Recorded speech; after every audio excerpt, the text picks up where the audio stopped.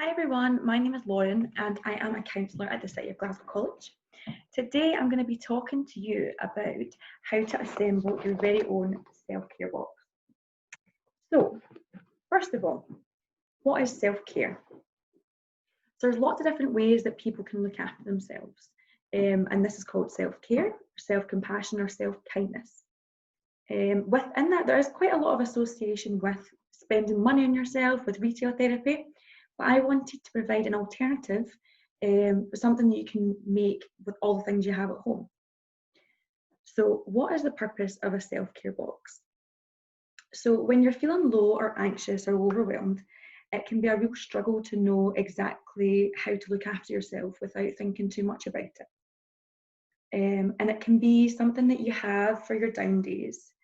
And it's just filled with all the kind of personal things that you like. And it just means that you don't have to kind of go around looking for things, because there's a box right there for you that's going to comfort you and make you feel a little bit better. I would recommend you doing this on the days that you're feeling a little bit more okay, so you can reflect on how to personalise your self-care box. The activity itself can be really therapeutic because it gives you time just to stop and pause and think about the little joys of life. So the way I like to break up my self-care box is into 3 sections. Obviously it can be completely different for everyone, so these are just some ideas of how you could maybe start assembling your own. So the first one for me that's really important is comfort. So when I talk about comfort, this is what I really, really like. So in my self-care box, I've got a pair of fluffy socks that make me feel really warm. I have my favourite dark chocolate.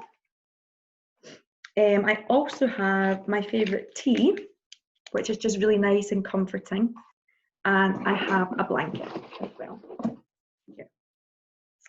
The next section that I like to move on to is gratitude.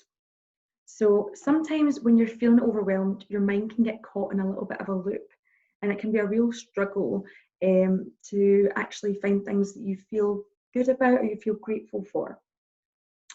So what I like to do is have in my box a list of things that I feel grateful for. So even if you start to read it at the time when you're feeling quite down and it doesn't resonate you with at that point, it's good to know that there was a point in time where you felt grateful for these things, and there will be a point in time when you feel a little bit better again. It helps me feel a little bit of appreciation and gratitude. The next section that I like to break my self-care box into is reassurance.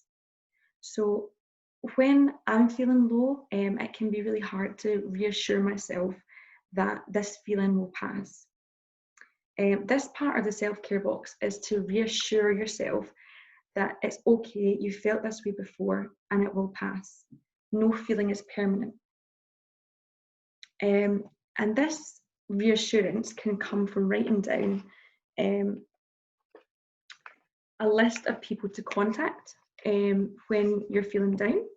So that could be a trusted friend, it could be a number such as the Samaritans. It could also be something like an app that you've used before, a website that has got some really good tips on it, or a wellbeing Instagram page that you follow. So it doesn't actually have to be a person, but it can be, of course. Another thing that I like to keep in this section of reassurance is a list of times that I've overcome something difficult and I've come out the other side, because I think it can be really hard to actually remember these things too. And my favourite book that gets me through is this one here, and it's full of just some really, really great tips. It's called The Art of Living, and it's got me through some kind of harder times as well. So all these things are quite important for your own self-care box.